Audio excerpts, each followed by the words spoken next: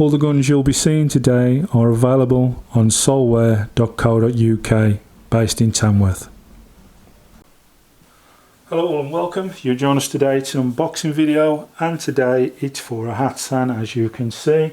First of all, you notice with this, the box is made of tissue paper, but there you go.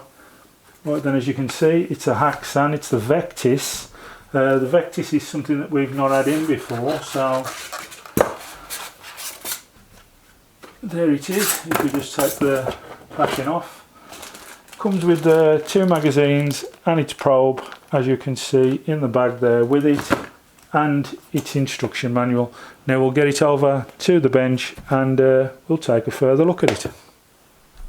Okay then, now we've got the Hatsan Vectis on the bench, and as you can see, it's cocking lever. So to cock it, it's pull down, nice satisfying click, push it back, and as you can see. Now I don't know if you could quite hear that on the camera, but this has got its own air stripper on the front. Supposed to have a built-in suppressor because it's a shrouded barrel, but it's still rather loud, and there's no way of putting an extra suppressor on there, so something that you might want to consider if you're thinking of using this as some kind of shall we say permission gun. Right, now as you can see, it's supplied with open sights that flick up. You've got a red illuminated one there and a green illuminated one at the back. Hole through the back one here that looks straight into the red one to center yourself in for a shot. But it also has an 11 to 12 dovetail rail for sticking on a scope, which is what this will have. Filling the gun up is quite a simple thing. It's you've got in there you'll see there's a rubber bung. You push it out with the probe and fill up there, and your gauge is underneath on the bottom there. Also, another little thing to look out for is your safety. It's underneath there and it's a button type, flick back and push forward to fire. Now the butt on this is just a solid rubber pad, but it's a really light gun, so that does go in its favour. It's a light gun, but it's not hollow. It's rather a solid looking gun and a solid feeling gun. It doesn't feel cheap or tacky in any way. Even though this is right at the bottom of the scale in the budget market, you'll probably get one of these for just over £300 or around that mark.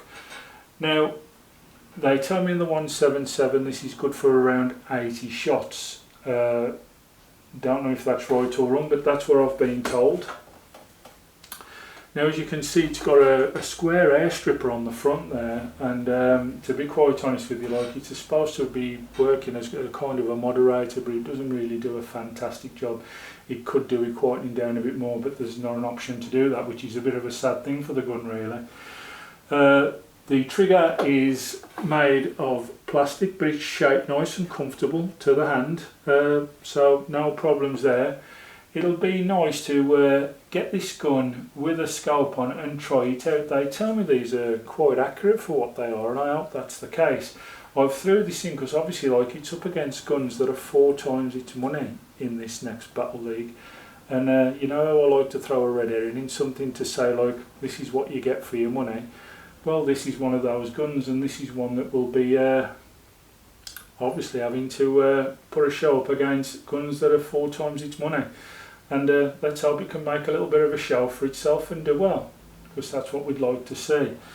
Now you get 2 magazines with this. The loading way of doing that is it's glass screen front, more or less, shall we say, a la Kral or a la Reximex, but your first pellet has to go in backwards and skirt first before you can start loading the others the other way around.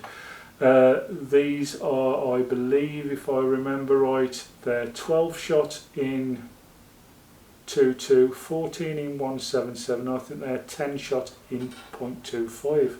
So there's the 3 options there of size of pellet that you wish to use. But yeah, I'm looking forward to seeing how this goes.